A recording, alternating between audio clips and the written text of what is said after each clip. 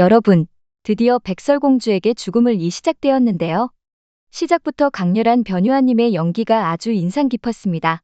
어째서 의대생의 부모님의 자랑거리였던 그가 친구를 둘이나 죽인 살인마가 되었는지, 그런 그가 집으로 돌아오면서 충격적인 사건들이 펼쳐졌는데요. 2013년 11월 19일, 무천시에서 시신이 없는 살인 사건이 일어납니다. 졸업을 앞둔 여고생 보영과 다은, 친구인 고정우의 집 창고에서 다량의 혈흔만 남긴 채 사라졌는데요. 다은과 사귀고 있던 정우는 유력 용의자로 체포되게 되는데, 어째서인지 그날의 기억이 나지 않는 정우. 하지만 모든 증인과 증거들이 정우를 가리켰죠. 당일의 기억이 없고 계속되는 강압수사로 자백을 하고 만 정우. 그렇게 한순간에 촉망받는 의대 합격생에서 살인자가 되어버립니다. 억울한 감정만 있을 뿐 그날 기억이 전혀 나지 않아 답답한 정우. 10년형을 받은 정우를 찾아오는 건 친구 덕미와 아버지뿐. 감옥에 있는 동안 아버지가 돌아가시고 10년 후 정우는 출소하고 탑배우 최나겸이 된 덕미가 정우를 찾아옵니다. 한편 광수대의 능력 있는 형사 노상철은 결혼을 앞두고 신부를 잃었는데요.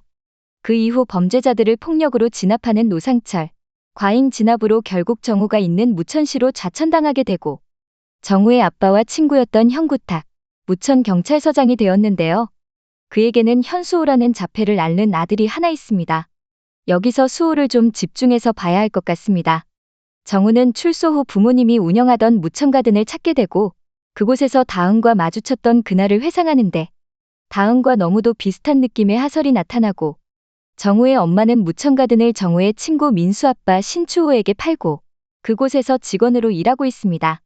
보영을 잃은 보영의 아빠는 매일 정우의 엄마를 찾아와 괴롭히고 아들의 죄값을 대신 받는다는 마음으로 견뎌내고 있었네요. 엄마를 찾아온 정우를 보고 마을 사람들은 정우를 내쫓게 되고 모두가 정우를 불편하게 생각하지만 친구였던 신민수와 경찰이 된 양병무는 정우를 반갑게 맞이합니다. 그런데 이상한 점은 이 두 사람은 지난 10년 동안 단 한 번도 면회를 오지 않았는데요. 이 점도 참 이상하죠? 한편 노상철과 마주친 정우, 어쩌면 정우의 억울한 블랙아웃된 그날의 비밀을 노상철이 조금은 도와줄 수 있지 않을까 기대가 순간 되더라고요. 한편 아까 꼭 기억해야 하는 인물 수호가 정우를 찾아오는데요. 웬 그림 한 장을 건네는 수호. 그 그림에는 10년 전 정우가 기억하지 못하는 그날의 풍경이었는데요. 수호는 그날의 목격자였던 걸까요?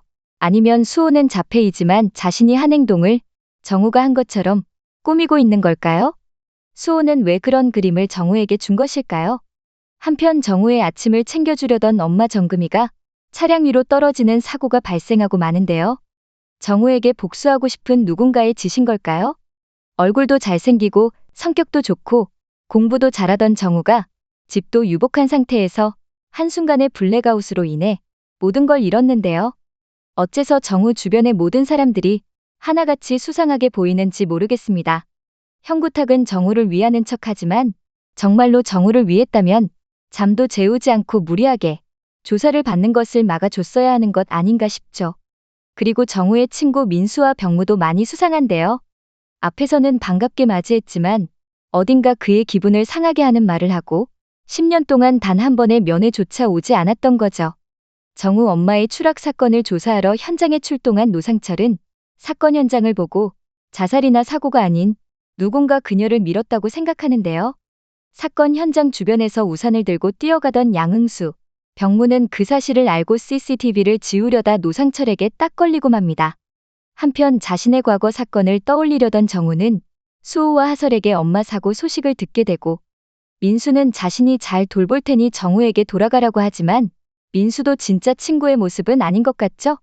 나겸은 민수를 찾아와 정우의 엄마를 위해 자신이 모두 지원하겠다고 말하고 하설은 같은 동네에 사는 정금이가 죽을지도 모르는데도 평화롭게 술이나 마시는 마을 사람들을 의심하기 시작합니다. 거기다 병무는 형구탁을 찾아가 부탁하고 형구탁은 흥수를 감싸며 참고인 조사로 방향을 지시하는데요. 와 온 마을 사람들이 죄다 수상하네요. 정금이와 가장 마지막으로 통화한 사람도 양흥수고 현장에서도 수상한 모습을 보였기 때문에 흥수가 가장 유력한 용의자인데요. 노상철은 그를 밀어붙이지만 형구탁의 개입으로 결국 풀어주게 되죠. 이 정도면 온 마을이 같이 짜고 치는 게 아닌가 싶습니다. 그 과정에서 정우가 살인자라는 말을 듣고 10년 사건 파일을 확인해 보게 되는데 또다시 보여지는 수호의 그림. 아무리 봐도 10년 전 그날인 것 같은데요. 수호는 유력한 목격자였던 걸까요? 그리고 하수구에서 주워온 뼈 하나. 와, 느낌이 그냥 사람 다리뼈 같은 건 기분 탓일까요? 정우를 모두가 작정하고 속이는 느낌이 들었는데요. 엄마의 유류품을 찾으러 간 정우는 수사를 계속해달라며 상철에게 부탁하고 지갑 속 영수증을 보고 그날 엄마가 갔던 곳을 따라가 보기 시작하는데 그런 정우의 뒤를 쫓는 상철. 상철은 마을 모두가 정우를 미워하고 현재 정우 엄마 사건의 용의자가 마을 사람 모두라는 사실을 깨닫고 헛웃음이 나와버리죠. 정우의 엄마를 육교에서 떠민 것이 누군지 너무도 궁금해지는 드라마 백설공주에게 죽음을 블랙아웃. 흥수는 아마도 유력한 목격자 같은데요. 흥수가 벌벌 떨 정도의 사람의 짓을 발견하고 입을 꾹 닫은 느낌이죠. 형구탁은 정우를 아껴주고 위하는 척하지만 결정적으로 그가 시체 없는 살인사건의 범인이 되도록 방치한 인물입니다. 육교 추락 사건에서도 유력한 용의자인 양흥수를 감싸기도 했죠. 실제 범인의 진실을 알고 있는 인물이지 않을까 싶습니다. 2회에서는 정신과 의사 박형식이 나왔는데요. 그 또한 형구탁과 친밀해 보였습니다. 그런데 박형식이 10년 전 사건과 관련이 있는 것이 아닌가 하는 의심이 들었는데요. 정우가 술을 마시고 기억을 송두리째 잃은 것이 좀 이상한데 정신과 의사인 그가 개입했다면 충분히 가능하게 할 수 있지 않나 싶거든요. 전개도 흥미롭고 연기도 너무 좋아서 넋을 놓고 보게 되는 드라마 백설공주에게 죽음을 블랙아웃. 스릴러를 좋아하시는 비삼광 친구들에게 꼭 추천하고 싶습니다. 어머 이건 꼭 봐야 해. 비삼광은 매주 금요일 토요일 백설공주에게 죽음을 블랙아웃 뇌피셜로 찾아뵙겠습니다. 오늘도 재미있게 보셨다면 좋아요 구독 부탁드립니다.